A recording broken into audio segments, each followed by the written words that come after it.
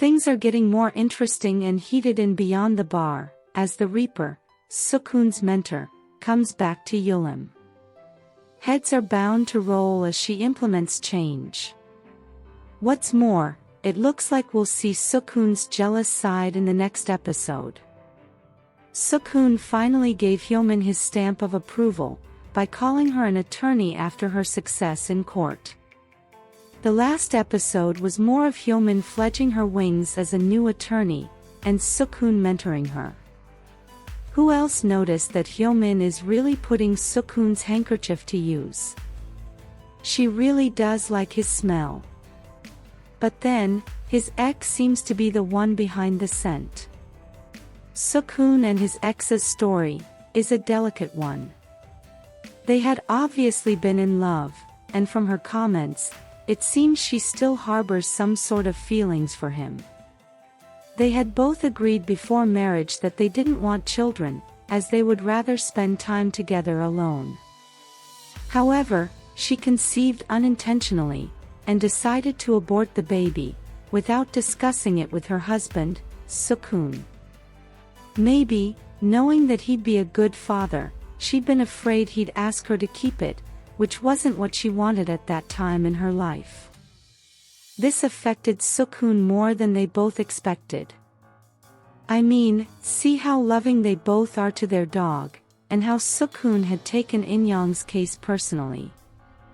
He had even gone so far as to hit HyoMin, which could have legal consequences.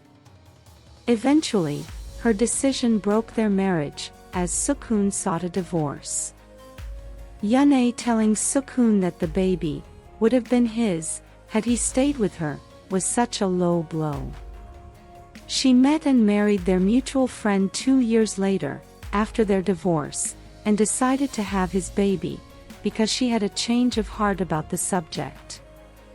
This is understandable, as change is the only thing constant. But she didn't have to taunt him about his decision to leave her, for aborting their baby without telling him. Clearly, they really loved each other, and broke things amicably, as they share custody of the dog, Hash, and she still makes his cologne. At this point, this chapter should be closed, and Sukun needs to move on. Perhaps this will finally liberate him, allowing him to experience new feelings when they arise, and not spend his off days watching videos of his happy moments with his ex-wife. Something is clearly blooming between him and HyoMin. He might have ruled her off when they first met, but she's warmed her way into his conscience, if not heart. Did you notice how he removed Mr. Hong's hand from her? He didn't have to attend the court proceedings since he's her department head, but he did anyway. He didn't hesitate to help when she asked for help. And in the preview, you can see he's clearly jealous of the defendant's closeness with HyoMin, which he calls cheap attorney-like when berating her. HyoMin is yet to realize her feelings for her boss. Who goes to her boss's office by 3 a.m. to sleep in his chair. They clearly stimulate each other intellectually. What's more, talking about Mr. Hong, he seems to have his gun out for HyoMin. Who else wondered how the plaintiff's counsel found out about the defendant's intellectual disability? The mother only mentioned it to HyoMin and Sukun. HyoMin then notifies Mr. Hong and colleagues. Someone must have told the opposite counsel. This might have been what Sukun whispered to him, when he dragged his hand off HyoMin. He might have threatened him with this knowledge. This could be why he was nowhere to be found, after the hearing. He must have felt slighted, after HyoMin refused to help him with his papers. He wanted her to fail so he'd swoop in to save the day, proving she's not all that. What's more, this was an interesting case. Who would have thought that the arrogant plaintiff was the thief? Without that hidden clue, he would have gone out of his way to penalize the defendant. Even after everything, he was still not remorseful, but stuck in his ways. This shows how the law works. It can be used at times, by sly and manipulative individuals, to penalize and punish the innocent. He should get what he set out for the girl. Having said that, who do you think should get the tattoo? If Song-chan keeps losing, he might find himself in a precarious situation. How he encouraged his junior to drill the girl speaks volumes about who he is. But then, the court is like a battleground, where it's either win or lose. What's more, it finally makes sense why SeokHoon blatantly refused to be appointed as the new managing partner. The retiring partner's son, Tae-seop, conspired and had SeokHoon's mentor, Na-yeon, ousted from the firm. Knowing his son, his father decided to choose the future of the firm over his immature salary thief son.